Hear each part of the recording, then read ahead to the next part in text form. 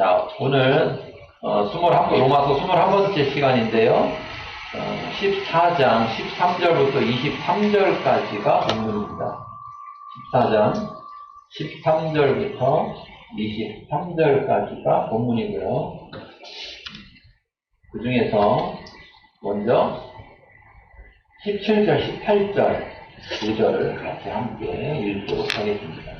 14장 17절, 18절 258쪽 또는 257쪽 신약성경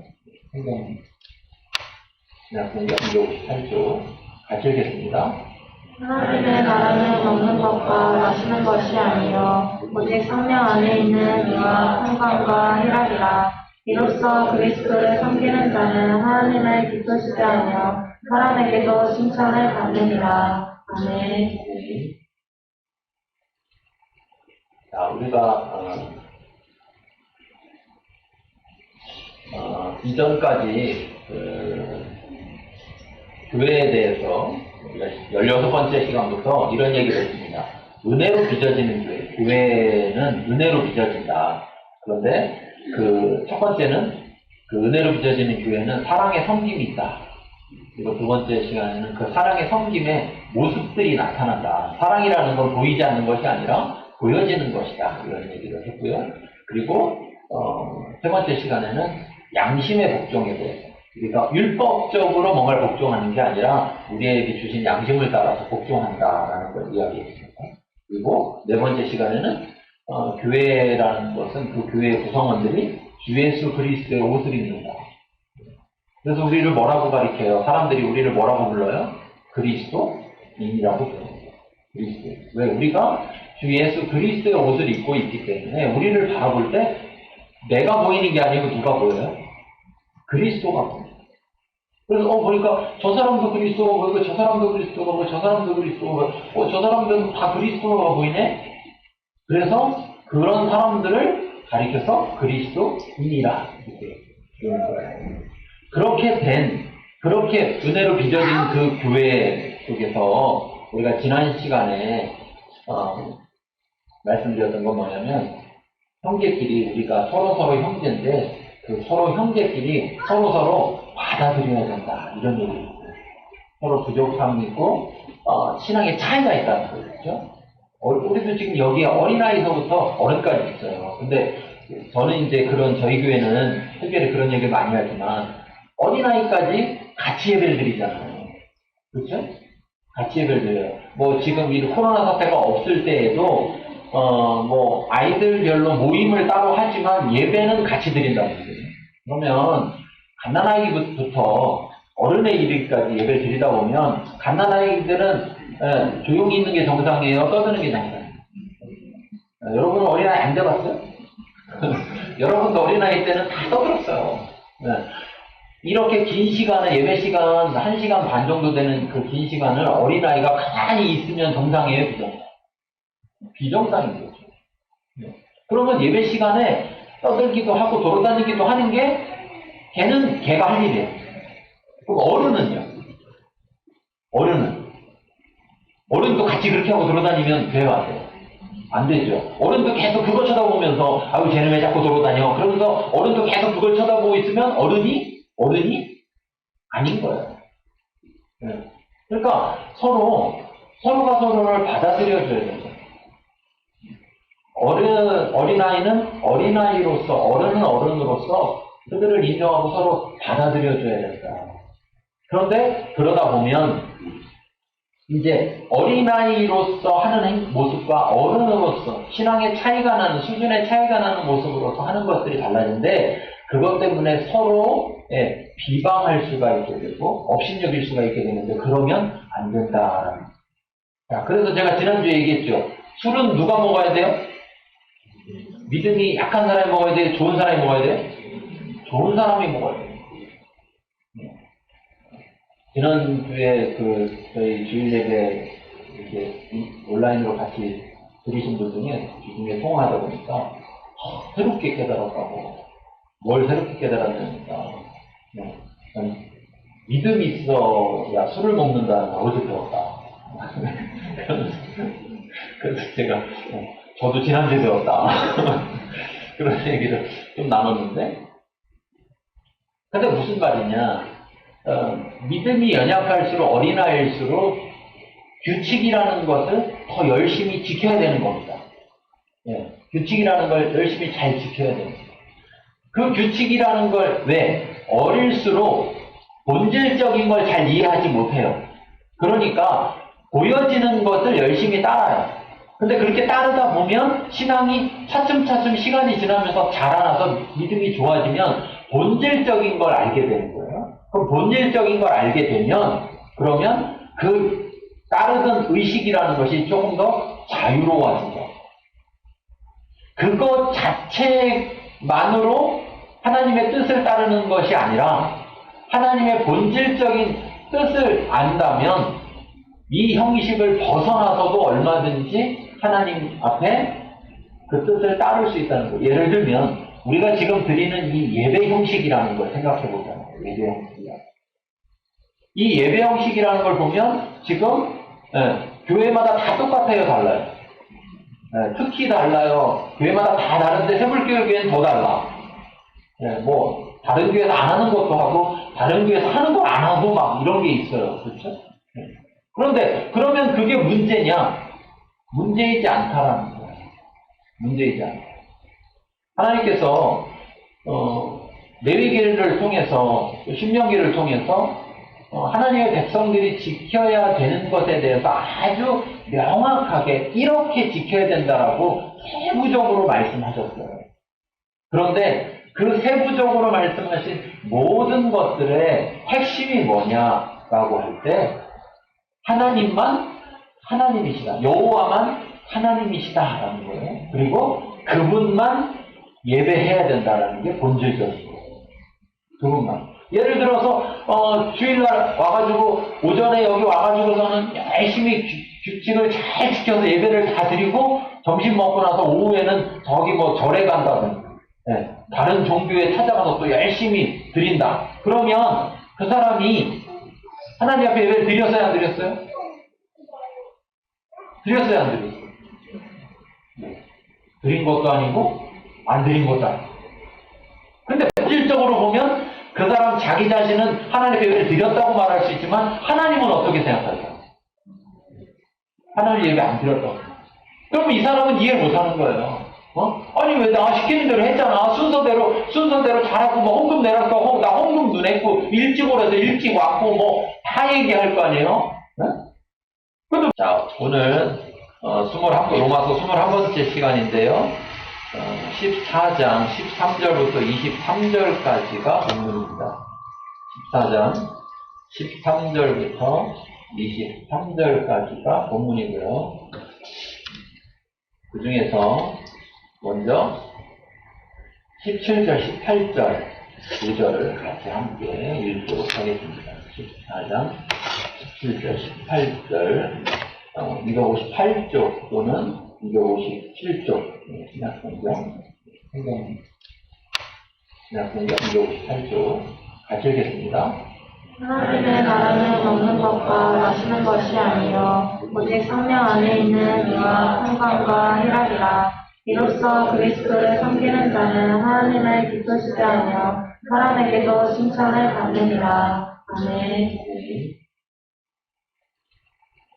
자, 우리가 이전까지 교회에 대해서 16번째 시간부터 이런 얘기를 했습니다. 은혜로 빚어지는 교회. 교회는 은혜로 빚어진다. 그런데 그 첫 번째는 그 은혜로 빚어지는 교회는 사랑의 섬김이 있다. 그리고 두 번째 시간에는 그 사랑의 섬김의 모습들이 나타난다. 사랑이라는 건 보이지 않는 것이 아니라 보여지는 것이다. 이런 얘기를 했고요. 그리고 세 번째 시간에는 양심의 복종에 대해서. 그러니까 율법적으로 뭔가를 복종하는 게 아니라 우리에게 주신 양심을 따라서 복종한다라는 걸 이야기했습니다. 그리고 네 번째 시간에는 교회라는 것은 그 교회의 구성원들이 주 예수 그리스도의 옷을 입는다. 그래서 우리를 뭐라고 가리켜요? 사람들이 우리를 뭐라고 불러요? 그리스도인이라고 불러요. 그리스도. 왜? 우리가 주 예수 그리스도의 옷을 입고 있기 때문에 우리를 바라볼 때 내가 보이는 게 아니고 누가 보여요? 그리스도가 보여요. 그래서 보니까 저 사람도 그리스도가 보이고 저 사람도 그리스도가 보이고 저 사람도 그리스도가 보이고 저 사람들은 다 그리스도가 보이네? 그래서 그런 사람들을 가리켜서 그리스도인이라 이렇게 부르는 거예요. 그렇게 은혜로 빚어진 그 교회 속에서 우리가 지난 시간에 말씀드렸던 건 뭐냐면 형제끼리 우리가 서로 형제인데 그 서로 형제끼리 서로 받아들여야 된다 이런 얘기를 했어요. 서로 부족함이 있고 신앙의 차이가 있다는 거죠. 우리도 지금 여기에 어린아이서부터 어른까지 있어요. 근데 저는 이제 저희 교회는 특별히 그런 얘기를 많이 하지만 어린아이까지 같이 예배를 드리잖아요. 그렇죠? 같이 예배를 드려요. 뭐 지금 이 코로나 사태가 없을 때에도 뭐 아이들별로 모임을 따로 하지만 예배는 같이 드린다고 했어요. 그러면 갓난아기부터 어른에 이르기까지 예배를 드리다 보면 갓난아이들은 조용히 있는 게 정상이에요? 떠드는 게 정상이에요? 여러분은 어린아이 안 돼봤어요? 여러분도 어린아이 때는 다 떠들었어요. 이렇게 긴 시간을, 예배 시간, 1시간 반 정도 되는 그 긴 시간을 어린아이가 가만히 있으면 정상이에요? 비정상? 비정상인 거죠. 그러면 예배 시간에 떠들기도 하고 돌아다니기도 하는 게 걔는 걔가 할 일이에요. 그럼 어른은요? 어른도 같이 그렇게 하고 돌아다니면 돼요, 안 돼요? 안 되죠. 어른도 계속 그걸 쳐다보면서 아유 쟤는 왜 자꾸 돌아다녀? 그러면서 어른도 계속 그걸 쳐다보고 있으면 어른이 아닌 거예요. 그러니까 서로가 서로를 받아들여줘야 돼요. 어린아이는 어린아이로서, 어른은 어른으로서 그들을 인정하고 서로 받아들여줘야 된다. 그런데 그러다 보면 이제 어린아이로서 하는 모습과 어른으로서 신앙의 차이가 나는, 수준의 차이가 나는 모습으로서 하는 것들이 달라지는데 그것 때문에 서로 비방할 수가 있게 되고 업신여길 수가 있게 되는데 그러면 안 된다라는. 자, 그래서 제가 지난주에 얘기했죠. 술은 누가 먹어야 돼요? 믿음이 약한 사람이 먹어야 돼요? 좋은 사람이 먹어야 돼요? 좋은 사람이 먹어야 돼요. 지난주에 저희 주일 예배 이렇게 온라인으로 같이 들으신 분 중에 통화하다 보니까 새롭게 깨달았다고. 뭘 새롭게 깨달았냐니까 믿음이 있어야 술을 먹는다는 걸 어디서 배웠다. 그래서 제가 저도 지난주에 배웠다. 그런 얘기를 좀 나눴는데 근데 무슨 말이냐 믿음이 연약할수록 어린아이일수록 규칙이라는 것을 더 열심히 지켜야 되는 겁니다. 규칙이라는 걸 열심히 잘 지켜야 됩니다. 그 규칙이라는 걸 왜? 어릴수록 본질적인 걸 잘 이해하지 못해요. 그러니까 보여지는 것을 열심히 따라요. 근데 그렇게 따르다 보면 신앙이 차츰차츰 시간이 지나면서 자라나서 믿음이 좋아지면 본질적인 걸 알게 되는 거예요. 그럼 본질적인 걸 알게 되면 그러면 그 따르던 의식이라는 것이 조금 더 자유로워지죠. 그것 자체만으로 하나님의 뜻을 따르는 것이 아니라 하나님의 본질적인 뜻을 안다면 이 형식을 벗어나서도 얼마든지 하나님 앞에 그 뜻을 따를 수 있다는 거예요. 예를 들면 우리가 지금 드리는 이 예배 형식이라는 걸 생각해 보잖아요. 예배 형식이라는. 이 예배 형식이라는 걸 보면 지금 교회마다 다 똑같아요, 달라요. 특히 달라요. 교회마다 다 다른데 새불교회는 더 달라. 뭐 다른 교회에서 안 하는 것도 하고 다른 교회에서 하는 걸 안 하고 막 이런 게 있어요. 그렇죠? 그런데 그러면 그게 문제냐? 문제이지 않다라는 거예요. 문제이지 않다. 하나님께서 레위기를 통해서 신명기를 통해서 하나님의 백성들이 지켜야 되는 것에 대해서 아주 명확하게 이렇게 지켜야 된다라고 세부적으로 말씀하셨어요. 그런데 그 세부적으로 말씀하신 모든 것들의 핵심이 뭐냐라고 할 때 하나님만 하나님이시다. 여호와만 하나님이시다라는 거예요. 그리고 그분만 예배해야 된다는 게 본질적이고 두 분만. 예를 들어서 주일날 와가지고 오전에 여기 와가지고서는 열심히 규칙을 잘 지켜서 예배를 다 드리고 점심 먹고 나서 오후에는 저기 뭐 절에 간다든지 다른 종교에 찾아가서 또 열심히 드린다. 그러면 그 사람이 하나님 앞에 예배를 드렸어요, 안 드렸어요? 드렸어요, 안 드렸어요? 드린 것도 아니고 안 드린 것도 아니고. 근데 본질적으로 보면 그 사람 자기 자신은 하나님께 예배를 드렸다고 말할 수 있지만 하나님은 어떻게 생각할까요? 하나님 예배 안 드렸다고. 그러면 이 사람은 이해를 못하는 거예요.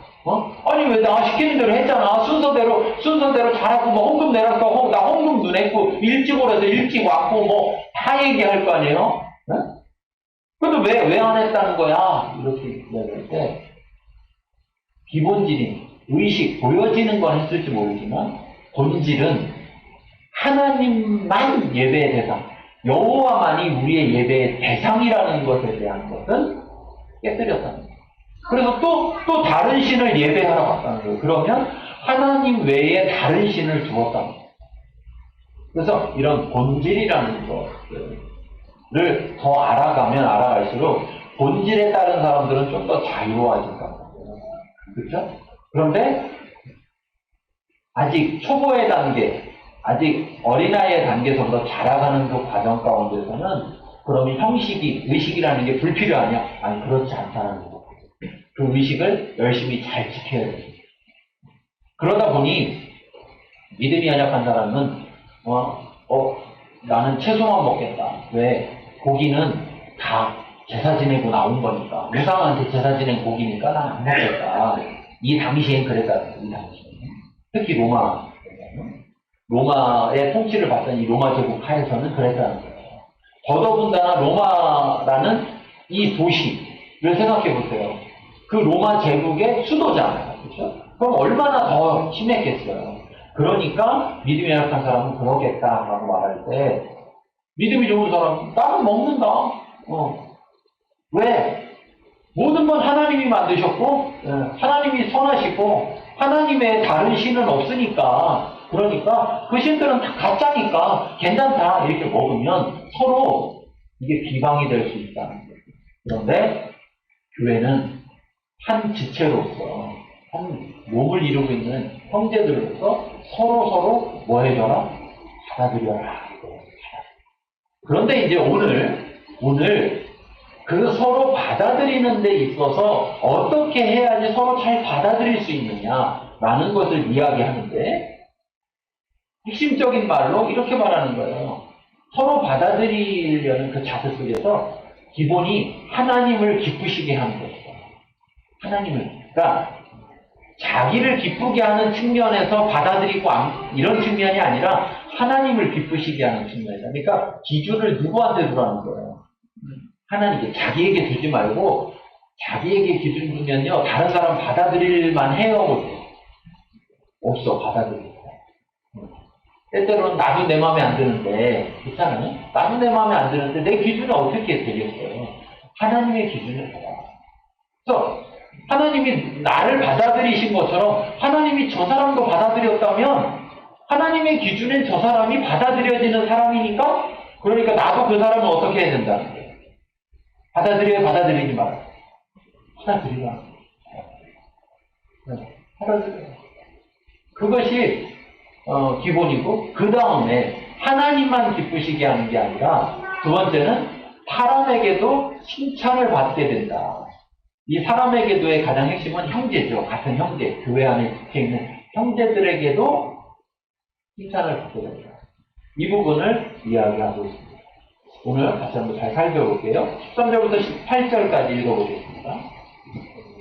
우리가 다시는 서로 비판하지 말고 우리로 붙일 것이나 겹칠 것을 형제 앞에 두지 아니하도록 주의하라. 내가 주 예수 안에서 알고 확신하노니 무엇이든지 스스로 속된 것이 없으되 다만 속되게 여기는 그 사람에게는 속되니라. 남의 음식으로 말미암아 내 형제가 근심하게 되면 이는 내가 사랑으로 행하지 아니함이라. 그리스도께서 대신하여 죽으신 형제를 내 음식으로 아들을 하라.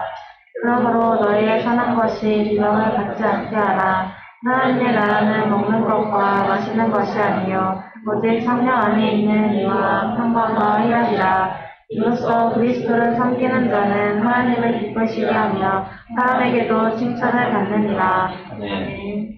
자, 여기 보면 이 지금 읽으신 내용을 한마디로 하면 이런 얘기입니다. 하나님은 뭘 원하시느냐? 하나님은 그리스도를 섬기는 자라면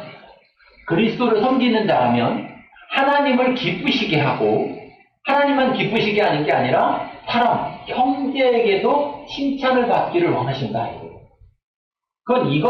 그러면 그 말의 본질은 뭐냐? 이런 거죠. 하나님은 하나님과의 수직적 관계, 하나님과 우리 사이의 수직적 관계뿐 아니라 사람과 사이의 수평적 관계도 요구하신다는 거예요. 우리 원하신다. 성경 구약서부터 계속해서 반복되는 게 뭐예요? 하나님을 사랑해야 된다 이 말이잖아요. 그렇죠? 하나님이 우리를 사랑하신다는 거고 우리도 하나님을 사랑해야 된다는 건데, 그럼 하나님을 사랑하는 게 뭐냐? 이렇게 이야기하면 항상 같이 따라오는 게 뭐예요? 네 형제를, 네 이웃을 내 몸 사랑하듯이 사랑해라. 그러면 그것이 뭐와 같은 것이다? 하나님을 사랑하는 것과 같은 것이다. 그러니까 하나님과 수직적 관계가 좋은 관계라면 사람 사이의 관계도 어때야 된다? 좋아요. 이게 신앙의 좀 잘못된 모습들 가운데 하나는 뭐냐면 하나님하고만 좋으면 된다. 그래서 종교적 모습을 보면 교회에서 가장 종교적인 사람으로 보여지는데, 문제는 사람과는 관계가 안 되는, 교회 안에 지체들과의 그런 관계는 안 되는 사람들이 있다. 그러면 그 사람은 올바른 신앙이냐? 그렇지 않느냐? 올바른 신앙이 아니라. 올바른 신앙이 아니라. 그 사람이 하나님과 관계를 잘하고 있다고 말하는 것도 그건 자기 입장이지, 하나님 입장에서는 그걸 잘하고 있다고 말하겠느냐? 그렇지 않다라는 거예요. 하나님은 항상 이렇게 물어보는 거예요. 네가 날 사랑하느냐? 네, 사랑합니다. 그러면은 너 쟤도 사랑하느냐? 이렇게 물어요. 쟤는요 좀 거시기 한데요? 이렇게 얘기하면 하나님이 뭐라고 하시냐면, 야, 눈에 보이는 형제도, 눈에 보이는 사람도 사랑하지 못하면서 네가 눈에 보이지 않는 나를 사랑한다고? 이렇게 물으신다는 거예요. 물어보세요.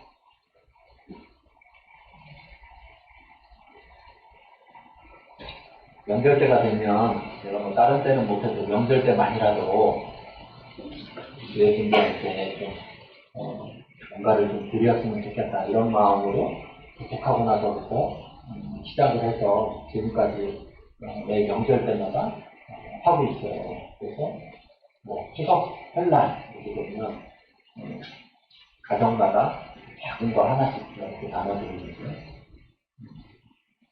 추석에는 뭘 드려요? 김.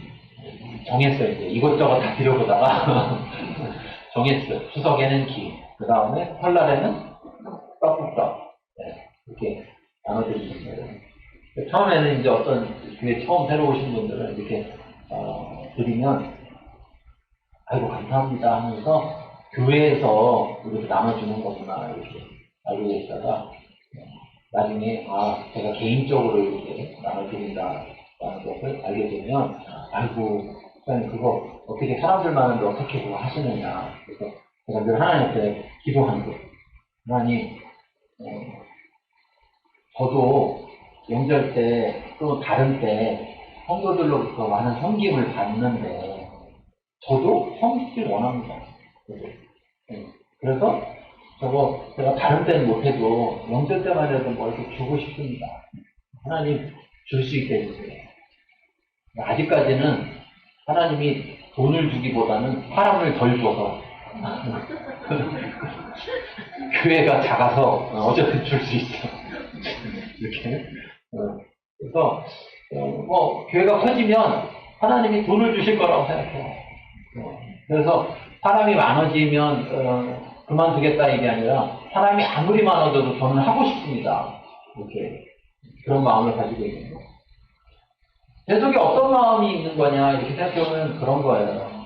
뭐냐면, 목사라는 어떤 직임을, 목사라는 역할을 맡고 있지만, 저도 그리스도인이다. 그죠? 저 자신도 그리스도인이에요. 저 자신도 그리스도를 섬기는 자예요. 그럼 하나님이 저에게 목사로서의 그 역할에 원하는 모습이 있을 것이고, 또한 내가 형제로서, 교회의 한 형제로서의 원하는 모습이 있을 거예요. 그러면 그 형제로서의 원하는 모습 속에서 또 생각을 해야 된다는 거예요. 저는 그냥 단순히 목사로서만 있는 게 아니라 교회의 지체로서의 한 형제로서도 있다는 거예요. 그렇기 때문에 하나님 앞에 그것들을 구하는 거예요. 그것들. 그런데 오늘 이 말씀 속에서 보면 13절, 14절 속에서 보면 이렇게 말하는 거죠. 자기 자신만을 생각하지 말고 다른 형제를 생각하고 행동해야 된다. 이런 걸 표현하고 있는 거예요. 그러니까 결국 관계라는 거예요. 그러니까 수평적 관계가 잘 돼야 수직적 관계도 잘 되는 거고, 수직적 관계가 잘 된다면 수평적 관계도 잘 돼야 한다는 거예요. 물론 100점짜리는 없어요. 그런데 우리는 그 100점이라는 모습을 향해서 조금씩 나아가서 작년보다는 올해가, 그렇죠? 올해보다는 내년이 조금씩 더 나아지는 모습으로 나가야 하는데, 그러기 위해서 우리 속에 반드시 갖고 있어야 되는 게 뭐냐, 하나님은 우리에게 뭘 원하시는 거냐면 관계를 원하세요. 어떤 관계겠어요? 사랑의 관계. 어떻게 그게 가능하냐? 다른 사람을 받아들이는 것, 그리고 내가 뭔가를 할 때 나만 생각하지 않고 다른 사람을 생각하고 내 기준이 아니라 하나님의 기준을 따라서 뭔가를 한다는 것이 어떻게 가능하냐 할 때, 그것은 바로 사랑에서 가능해진다.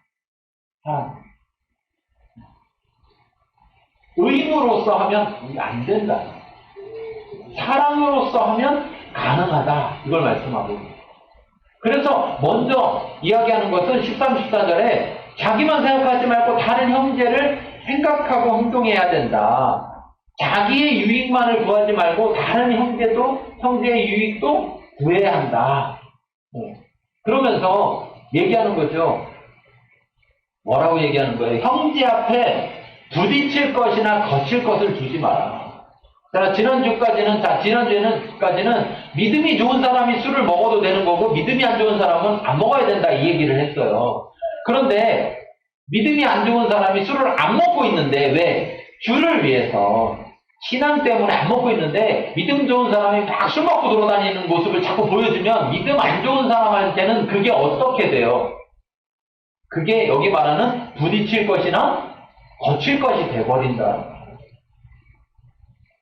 그러면 나는 믿음 좋으니까 술 먹고 다녀도 괜찮은데, 그 내 모습을 보면서 믿음이 연약한 자가 그것 때문에 걸려 넘어지게 되고 그것 때문에 힘들어진다면, 믿음이 좋은 사람은 어떻게 해야 된다는 거예요? 그걸 그 앞에 둬야 된다는 걸 주지 말아요. 주지 말아요. 그래서 14절에 보면 무엇이든지 스스로 속된 것이 없으되, 다만, 그러니까 믿음 좋은 사람은 술 먹는 게 이게 어때서, 신앙하고 무슨 상관인데, 난 신앙 안에서 난 마실 수 있어, 이렇게 하더라도 만일 그것이 걸림돌이 되는 사람이 있다면 그 사람에게는 그게 속된 것이다. 나한테는 믿음 좋은 자는 아니지만 연약한 자에게는 그게 속된 것이 된다. 그러니까 그 사람 앞에 그것을 두지 말아라. 그러니까 쉽게 말하면 뭐예요? 술을 먹으라는 거예요, 먹지 마. 먹어도 된다니까요. 먹어도 돼. 먹어도 돼. 그러니까 이제 이렇게 먹으면 돼. 택배로 술을 시켜. 문 앞에 놓고 가지. 이렇게 해가지고 딱 갖고 들어가서 집안에서 아무도 안 보는 골방에 들어가가지고 주님과 함께 한 잔씩 낸다니까요. 마음껏 드세요. 원하는 거 골라서. 그렇지만 믿음이 연약한 자가 보는 앞에서는 하라 하지 마라. 식당에 갔어요. 제가 식당에 가서 나는 거리낄 게 없으니까 술을 먹는데 그 식당 안에 있는 사람이 어떤 사람인지 제가 알아요, 몰라요? 몰라. 근데 어떻게 하다 보니까 저는 알지 못하는 그분이 신앙인이었어. 그리스도인이었어. 근데 그분이 어떻게 하다 보니까 유튜브에서 우리 교회 또 와가지고 제 얼굴을 알아. 근데 보니까 저 목사님이 열심히 술을 잘 먹고 있네? 그러면 그 사람이 그걸 보면서 그가 저보다 믿음이 연약해서 그는 그리스도인은 절대 술 먹으면 안 돼. 이렇게 생각하고 있는데 그가 저를 보면서 걸려 넘어진다면 하나님은 누굴 책망하겠어요? 그 사람을 책망하겠어요? 저를 책망하겠어요? 저를 책망하겠어요?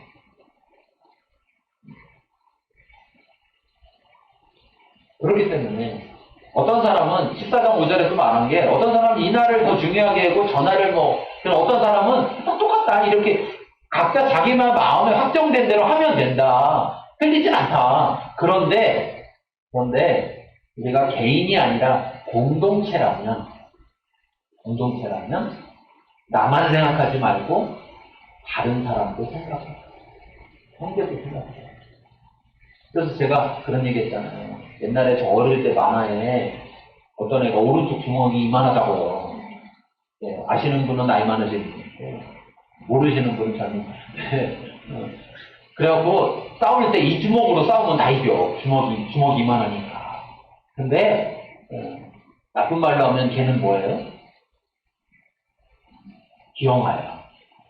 기형아죠, 그쵸? 이쪽 거만 큰 거니까. 기형아죠. 정상이? 아니에요. 정상이 아니에요.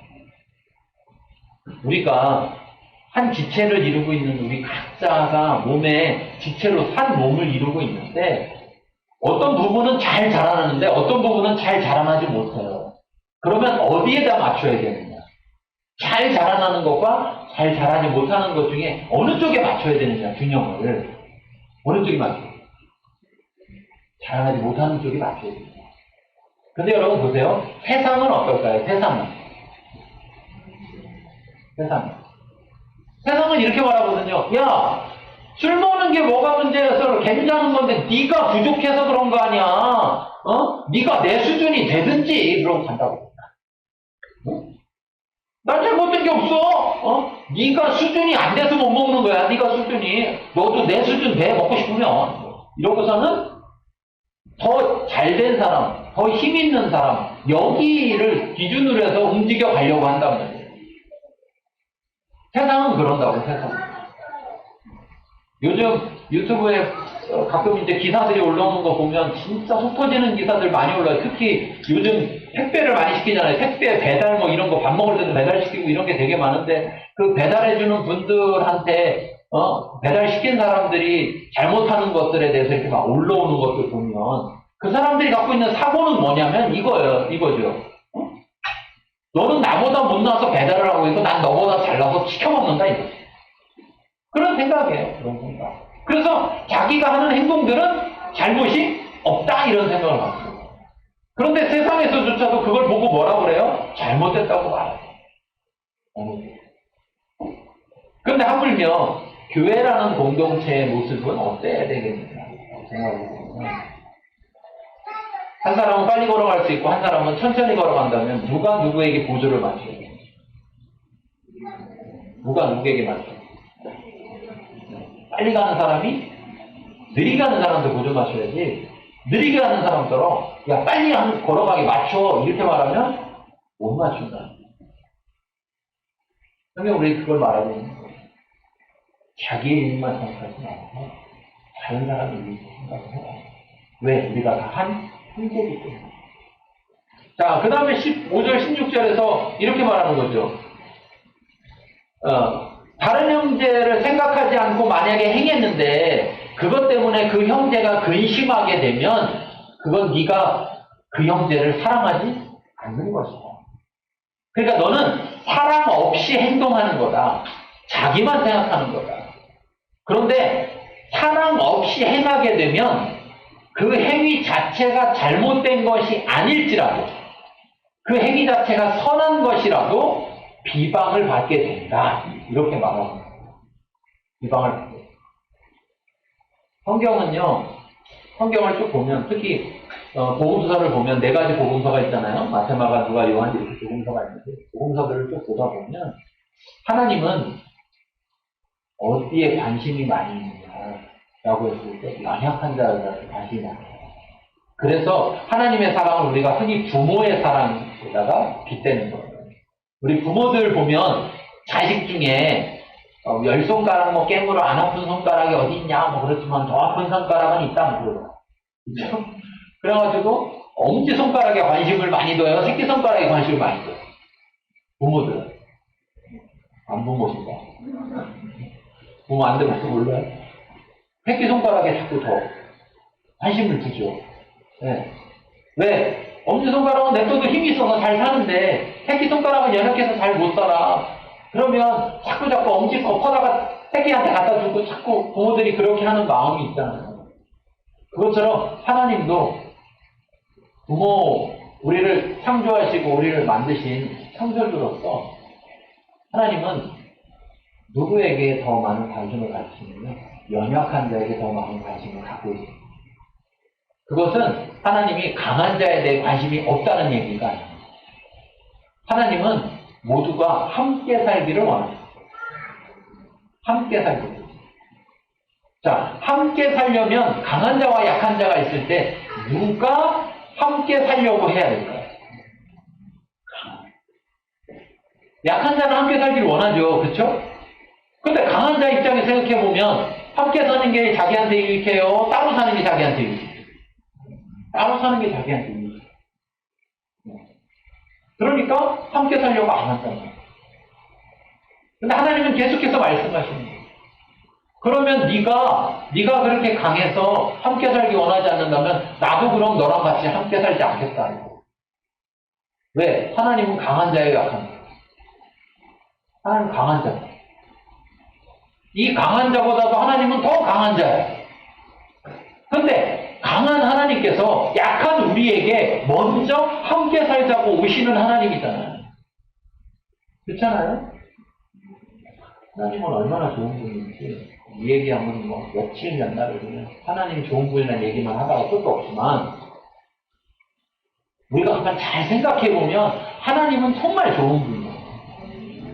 네. 아니 누가 강한 자가 약한 자한테 같이 살자고 먼저 얘기를 해요. 누가. 그렇잖아요. 그리고 강한 자하고 약한 자가 같이 살면 어떤 일이 벌어질까요, 여러분? 누가 많이 움직일까요? 잘 생각해 보게 보세요. 강한 자하고 약한 자가 같이 살아. 그럼 누가 많이 움직일까요? 약한 자가 많이 움직여요. 응? 근데 누가 많이 움직여야 돼요? 왜요? 강하니까. 근데 강한 자가 약한 자를 부려먹는다. 그렇죠? 부려먹는다고요. 그래서 같이 살면 누가 많이 움직여야 돼? 약한 자가. 근데 약한 자는 많이 움직일 수 있어요? 없어요? 없어. 그래서 어떻게 돼요? 죽는 거예요.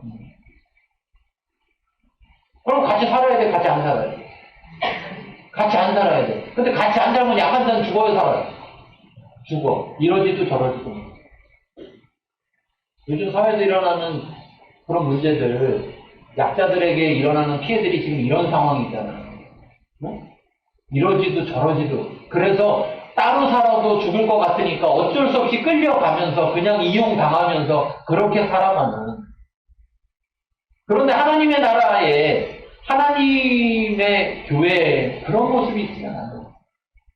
하나님의 교회의 모습은 하나님의 사랑이 드러나는 모습이었는데 하나님의 사랑은 뭐냐? 강한 하나님께서 약한 사람에게 오셨다는 것이고 그래서 하나님은 이 약한 사람이 살아갈 수 있는 모든 걸 준비해 주시고 그리고 그 사람이 그걸 살아가는 데 있어서 혼자 살아가는 게 아니라 하나님이 성령으로 함께 하셔서 그가 살아갈 수 있도록까지도 도우시는 분이 하나님입니다. 그래서 그걸 보여주는 것이 뭐냐? 교회다. 교회가 그런 모습으로 살아가면 세상에서 약한 자들이 살아갈 수 없는 자들이 어디를 찾아오겠어요? 하나님의 나라를 찾아오겠어요. 하나님. 우리가 그런 하나님 나라를 보여줘야 돼요. 그래서 그러기 위해선 사랑으로 행해야 된다. 모든 걸 사랑으로. 그러다 보면 이거 내가 할 수 있는데 내가 왜 안 해야 돼? 이게 아니라 내가 저 사람을 사랑하니까, 내가 하나님을 사랑하니까, 내가 하나님을 사랑하는데 하나님이 기뻐하시는 일을 하게 되고, 하나님이 기뻐하시는 일이 저를 사랑하는 거니까 내가 저 사람도 사랑하게 되고, 그러다 보니까 내가 사랑하니까 하나님도 기쁘실 뿐만 아니라 저 사람도 나를 칭찬하는 거예요. 칭찬하는 거예요. 그런 모습이 교회 안에 있어야 합니다. 바울은 이야기하죠. 믿음, 소망, 사랑 이 세 가지가 영원히 있는 건데, 항상 있는데, 그 중에 제일이 뭐라? 사랑이다. 그 중에 제일이 사랑이다. 로마서 12장 10절에도 말하죠. 형제를 사랑하여 서로 우애하고 존경하기를 서로 먼저 해라. 그 근간에 사랑해라. 이렇게 말하고. 근데 우리가 만약에 이 사랑을 빼고 행하다 보면, 내가 하는 게 뭐 틀려서, 내가 하는 거 뭐가 잘못돼서, 괜찮아, 맞는 거야, 라고 할 수 있지만, 이것으로 인해서 걸려 넘어지는 사람이 있으면, 이것이 뭐가 되느냐? 이 공동체가 깨어지는데 틈이 되어진다. 그래서 그 틈에 누가 역사하느냐? 마귀가 역사. 마귀가 역사. 그래서 지난주에 우리가 나눴던 것처럼 비방하게 돼요. 그것이 잘못된 건 아닌데도 불구하고 자기 기준에서 보고 틀렸다고 하면서 비방하게 돼요. 어떻게 목사님이 술을 먹을 수가 있어?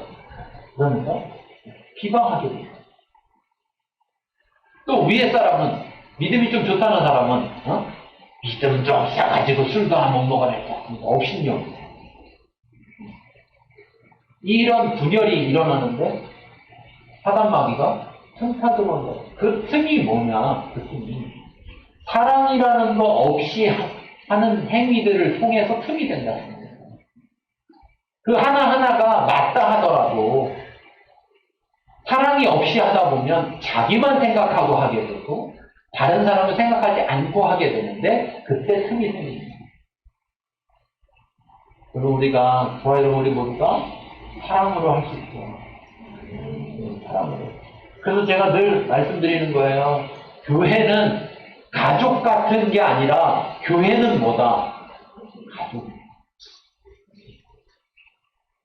자, 17절, 18절에 보면, 자, 교회에 지체되고 그리스도를 섬기는 자는 하나님을 기쁘시게 하며 형제에게도 칭찬을 받아야 된다. 근데 그게 어디서 가능하냐? 네, 17절에 뭐라고 했습니까? 17절에, 네, 하나님 나라는 먹는 것과 마시는 것이 아니요 오직 성령 안에 있는 의와 평강과 희락이라.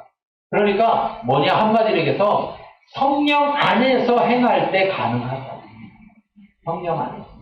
성령의 인도하심을 받고 성령이 인도하시는 대로 따라갈 때 가능하다. 그래서 바울은 말하는 거예요. 에베소 5장 18절에 술 취하지 마라. 이는 방탕한 것이니 오직 성령의 충만함을 받아라.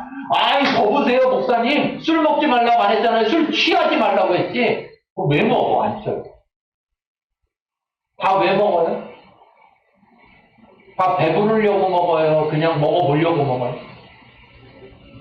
그거 똑같은 게 그거 얘기했잖아. 금방 내가 얘기하는 배부르려고 먹어요. 배부르려고 먹지. 밥을 배부르려고 먹지 뭐 배 안 부르려고 밥 먹는 사람이 어디 있어요? 술을 취하려고 먹지 술을 안 취하려고 먹는 경우 얘기하는 거예요. 그런데 그것이 우리에게 더 중요한 게 아니라 성령의 충만함을 받는 것이 더 중요하다. 그리스도인에게. 성령의 충만함 받는다는 게 뭐예요? 성령님이 나를 온전히 다스릴 수 있는, 나를 인도하시는 상태. 그래서 내가 그분의 다스림 받고 그분을 따라가는 상태. 이게 성령의 충만한 거예요. 좀 능력 짱짱 나타나는 게 성령 충만한 게 아니라 성령님과 하나 되어 있는 상태. 이게 중요한 거예요. 자, 19절부터 23절까지 읽겠습니다. 그러므로 우리가 화평의 일과 서로 덕을 세우는 일에 힘쓰나니 음식으로 말미암아 하나님의 사업을 무너지게 하지 말라. 만물이 다 깨끗하되 거리낌으로 먹는 사람에게는 악한 것이나 고기도 먹지 아니하고 포도주도 마시지 아니하고 무엇이든지 내 형제로 거리끼게 하는 일을 아니하니 아름다우니라. 내게 있는 믿음을 하나님 앞에서 스스로 가지고 있으나 자기가 옳다 하는 거로 자기를 정죄하지 아니하는 자는 복이 있도다. 불신하고 먹는 자는 정죄되었나니 이는 믿음을 따라 하지 아니하였기 때문이라. 믿음을 따라 하지 아니하는 것은 다 죄니라. 아멘. 네, 여기서 이렇게 말하는 하나님은 우리가 음식으로 하나님의 사업을 무너지게 하는 것, 해치는 것을 원치 않으신다는 거예요. 음식이라는 건 뭐예요? 비본질적인 것이다 이거예요. 보여지는 것이다. 그런데 하나님의 사업은 뭐예요? 교회를 가리키는 것이고 본질적인 것을 이야기하고 있는 거예요.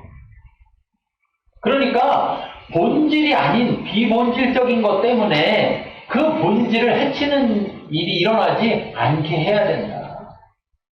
제가 늘 말씀드리지만 본질과 비본질은 함께 하는 것인데 무엇이 더 중요하냐? 본질이 당연히 더 중요하죠. 그런데 그 본질, 보이지 않는 것이 비본질, 보이는 것이 없다면 볼 수가 없단 말이에요. 사랑 본질은 보여요? 안 보여요? 안 보여요. 그런데 그 본질인 사랑을 비본질이라는 어떤 그릇에 담아내지 않으면 사랑이 보이지 않아요. 그러면 사랑하는지 알 수가 없잖아요. 하나님 우리를 사랑한다. 어떻게 하느냐? 그래서 하나님이 비본질로 예수 그리스도를 이 땅에 보내서 죽게 하셨다. 보이는 사랑, 보이는 그 사랑으로 그릇에 담았다는 거예요. 그것처럼. 그런데 자, 본질은 여러분 우유를 그릇에 담을 때 한 가지 그릇에만 담을 수 있어요? 아니죠. 길쭉한 데 담을 수도 있고 납작한 데 담을 수도 있고 그렇죠? 동그란 데 담을 수도 있고 네모난 데 담을 수도 있고 네모난 데 담으면 우유가 어떤 모양? 네모 모양. 네. 세모난 데 담으면 세모 모양. 동그란 데 담으면 동그란 모양. 그러면 얘기하기를 우유는 네모야. 무슨 소리야? 우유는 세모야. 아, 이것들이 아무것도 모르네. 우유는 동그란 거야. 네. 근데 다 맞아요. 근데 틀려. 그쵸?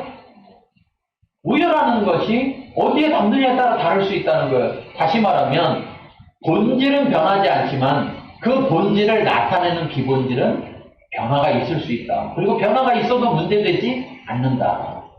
근데 신앙이 연약해서 그 비본질에 매달리다 보면 마치 세모만 우유인 것처럼 아니야 네모만 우유야 아니야 동그란 것만 우유야 이렇게 하는 것처럼 신앙을 잘못 오해할 수 있습니다. 그래서 우리가 신앙이 자라가야 됩니다. 그래서 연약한 자들은 자라난 자들이 연약한 자들이 자라나도록 도와야 돼요. 아이고 나도 옛날에 저렇게 생각했는데 어떻게 나랑 저렇게 똑같이 생각할까? 어? 나도 그때는 막 그것 때문에 화냈는데 그거 잘못된 거라고 그랬는데 어떻게 저렇게 똑같지? 그럼 내가 그 과정을 지나왔으니까 내가 그 사람한테 맞춰줄 수 있다는 거죠. 그렇죠? 하나님이 그걸 우리에게 원하시는 거예요. 그래서 덕을 세우기에 힘을 써요. 덕을. 믿음만 세우는 게 아니라 믿음 위에 덕을 쌓아야 돼요. 덕을. 그러니까 나 혼자만이 아니라 다른 사람까지 생각하는 게 덕이란 말이에요. 믿음은 나만 생각하는 거예요. 그런데 그게 아니라 거기에 덕을 세워야 돼요. 그래서 그거 세우는 일에 힘써야 된다. 그래서 믿음이 강한 자는 믿음이 약한 자가 넘어지지 않도록 잘 돌보고 앞에 넘어질 수 있는 것들, 걸림돌 되는 것들을 치워야 합니다. 그래서 술을 먹겠다는 거야, 안 먹겠다는 거야? 네? 먹겠다는 거야, 안 먹겠다는 거야? 믿음이 좋은 나는 술을 먹겠다는 거야, 안 먹겠다는 거야? 안 먹겠다. 내가 죽어도 먹어야 되는 골방에 가서 혼자 주님과 같이 먹겠다. 우리가 함께 한다는 것을 생각합니다. 함께 한다. 나 혼자 하나님을 우리가 함께 하는 것을 원해요.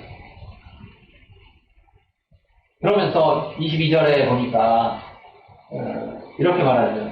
내게 있는 믿음을 하나님 앞에 스스로 가지고 있으라. 그래 네가 믿음으로 행하라. 그래 믿음 버리라는 게 아니라 믿음 가지고 있으라. 자기가 옳다는 바로 자기를 정죄하지 아니하는데 복되다. 그래 나 이거 잘못된 거 아닌데 맞아. 네가 그거 잘못된 거 아니야. 괜찮아. 그렇게 말씀하시는 거예요. 그런데 하는데, 이걸 보면서 어떤 사람이 저거 안 되는 것 같은데, 저거 되나? 안 되는 것 같은데, 아직 자기는 그 믿음이 없는데, 그러면서 의심하면서 그것을 먹는다면 그 사람은 죄라. 술 먹는 게 죄여서 죄가 아니라 믿음으로 하지 못하고 뭐로요? 의심으로 하기 때문에 죄다 이거예요. 네. 그러니까 믿음이 있으면 해도 된다 이거. 그러니까 이제 앞으로 이제 오늘을 기점으로 해서 이제 술 얘기는 절대 물어보실 필요가 없죠. 다 끝장을 봤으니까. 어? 술은 누가 먹을 수 있다? 믿음 좋은 사람만 먹는 거야. 믿음 좋은 사람만. 근데 그 사람은 어디서 먹을 수 있어요? 믿음 연약한 사람이 없는 데서. 믿음 좋은 사람들끼리 먹어도 돼. 네. 서로 그것 때문에 걸려넘어지지 않으니까. 그런데 지난 시간에 얘기했지만 가장 핵심은 또 뭐냐? 술을 먹느냐 안 먹느냐가 중요한 게 아니라 먹든지 마시든지 무엇을 하든지 그게 누굴 위해서 하는 거여야 된다. 주를 위해서 하는 것이다. 나를 위해서가 아니라. 그러면 내가 골방에 가서 술 먹는 게 주를 위한 일이면 열심히 가서 마셔야죠. 근데 그게 아니라면 안 해도 된다. 근데 더더욱이나 믿음이 연약한 자들이 같이 있다라면 안 하는 것이 덕을 세우는 것이고 안 하는 것이 하나님을 기쁘시게 하는 것이고 그 형제에게도 칭찬을 받는 일이다. 제가 지금 술 얘기만 했지만 이 당시에는 어떤 문제였어요? 고기를 먹느냐 마느냐 문제였고 사실은 제가 생각할 때는 지금 우리 신앙에는 술이 문제가 아니고 제가 생각할 때 지금 우리 신앙에는 돈이 문제예요. 돈. 지금 시대 신앙에는 더 큰 문제가 뭐냐면 돈이에요. 얼마나 돈을 따라가느냐 돈을 따라가지 않느냐 이 문제. 돈 많이 가진 사람들이 그 돈을 어떻게 쓰느냐 이 돈을 그 돈이 하나님께로부터 왔다는 것을 알고 있느냐 모르느냐. 그래서 자기 유익을 위해서 막 돈을 쓰느냐 그렇지 않아요. 만약에 형제 중에 가난한 자가 있는데 그 가난한 자가 먹을 것이 없는 걸 보면서도 자기는 돈을 가지고 있으면서도 돈을 주지 않으면서 아니 배고프면 먹어야지 먹어 이렇게 말만 한다면 그 사랑이 없는 것이고 사랑이 있다면 그에게 먹을 것을 주면서 먹으라고 이야기하는 말로만이 아니라 행함과 진실함으로 하는 그저 말과 혀로만 하는 사랑이 아니라 행함과 진실함으로 하는 사랑이 사랑이다 그랬는데 지금 시대는 결국 돈의 문제가 더 크지 않나. 우리나라 처음 들어왔던 뭐 조선시대 초기나 이때는 술 문제가 우리나라에게 굉장히 이슈가 돼서 기독교인들은 술 안 먹는다 이게 이슈였지만 지금 시대는 그 술이 이슈라기보다는 사실 지금 시대는 돈이 훨씬 더 큰 이슈랍니다. 하나님 앞에 드릴 것을 제대로 잘 드리느냐, 온전하게 드리느냐, 또 하나님 앞에 드린다는 게 교회다가 헌금 드리는 것만 하나님 앞에 드리는 게 아니라 주위에 있는 어려운 자를 돌아보는 것 또한 하나님께 드리는 것인데 잘하고 있는 거예요. 자기의 유익만을 위해서 돈을 사용하느냐, 다른 사람을 위해서 함께 그 돈을 사용할 줄 알아. 그래서 막 앞에 나와서 간증하는데 하나님이 뭐 어떻게 해서 저기 땅 사라고 그래서 땅 샀더니 뭐 몇십억이 돼가지고 뭐 이렇게 부자가 돼서 내가 뭐 몇 평짜리 아파트를 사고 뭐 바닥에 대리석을 깔고 뭐 매일 하루만 먹고 뭐 이런 걸 간증이라고 하고 있는 간증도 아닌 간증을 하고 있는 그런 시대가 잘못된 거예요. 하나님이 그러라고 주는 건 아닐 거야. 그러지 못하는 사람들 앞에서 그런 모습이 그 사람들에게 걸림돌이 될 거라.